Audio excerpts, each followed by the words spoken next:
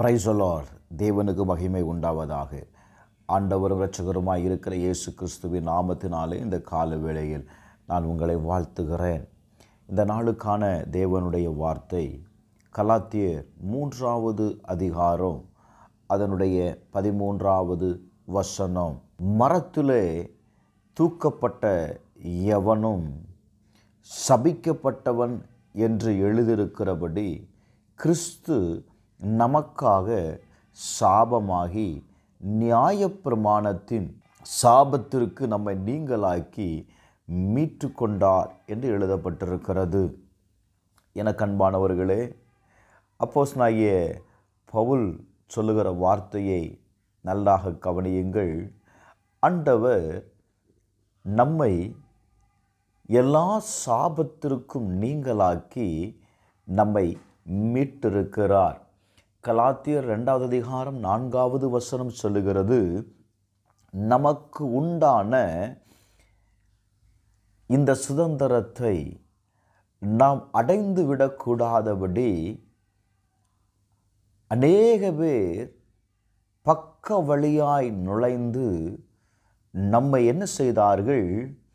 நியாயப்பிரமாணத்திற்கு அடிமைகளாகும் பொருட்டு நம்மளை உட்படுத்தினார்கள்.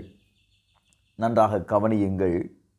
உபாகமும், ஆபகுக், லேவியராகமும் போன்ற அதிகாரத்தில் நீங்கள் வாசிக்கும்போது விசுவாசத்தினால் வாழ்வதும் நியாயப்பிரமாணத்தின் கீழ் வாழ்வதும் ரெண்டும் ஒன்று அல்ல. இதைதான் அப்போஸ்தலனாகிய பவுல் தெளிவாய் சொல்லுகிறார். அவற்றை ஒன்றாக இணைக்க முடியாது. விசுவாசத்தின் வாழ்க்கை என்பது வேற, நியாயப்பிரமாணத்தின் கீழ் வாழ்வது என்பது வேற. இன்றைக்கு அநேக பேர் மோசையினுடைய நியாயப்பிரமாணத்தை எடுத்துக்கொள்ளுகிறோம்.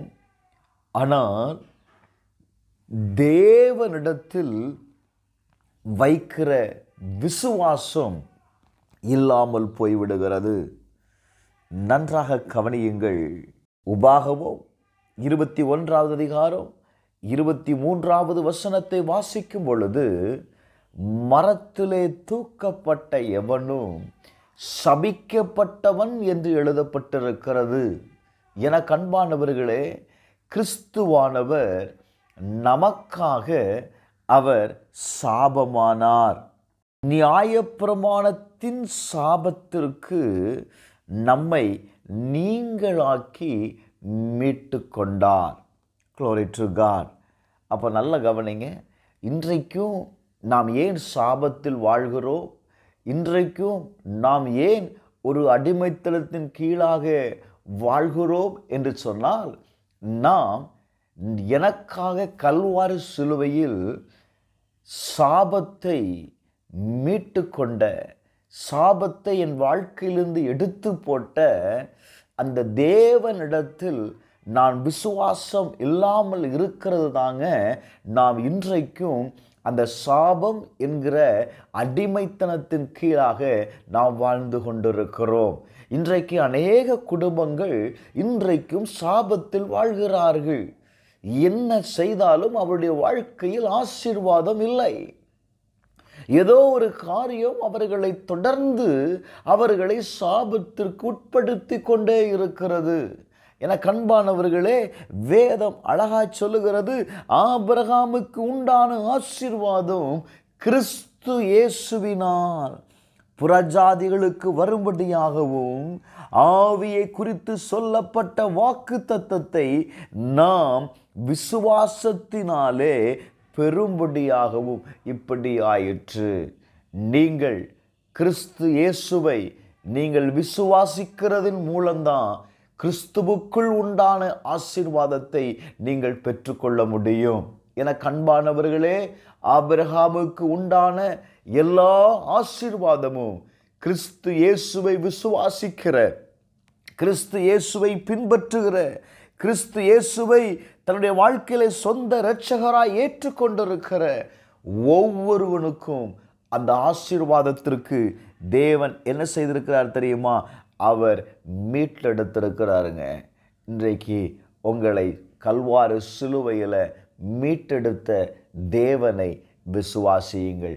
சொல்லுங்கள், நான் இயேசுவின் இரத்தத்தினால நான் மீட்கெடுக்கப்பட்டிருக்கிறேன். அவர் என்னை மீட்டெடுத்ததுனால என்னுடைய எல்லா சாபத்திற்கும் நீங்களாக்கி நான் விடுதலையாக்கப்பட்டிருக்கிறேன். நான் சாபத்திற்குண்டானவன் அல்ல, நான் ஆசீர்வாதத்திற்குண்டானவன். ஆபிரகாமுடைய சகல ஆசீர்வாதத்திற்கும் நான் உட்பட்டவன் என்று சொல்லி உங்களுடைய வாயினால் அறிக்கை செய்யுங்க. ஒவ்வொரு நாளும் அறிக்கை செய்யுங்க.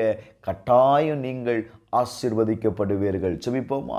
எங்கள் அன்பின் பரலோக பிதாவே, எங்களுடைய எல்லா சாபத்தையும் ஆண்டவரே கல்வாரி சிலுவையில் நீங்கள் எங்கள் வாழ்க்கையிலிருந்து எடுத்து போட்டிருக்கிறீங்கப்பா. எங்களுக்கு ஆசீர்வாதமான வாழ்க்கையை கொடுத்திருக்கிறீங்க ஆண்டவரே.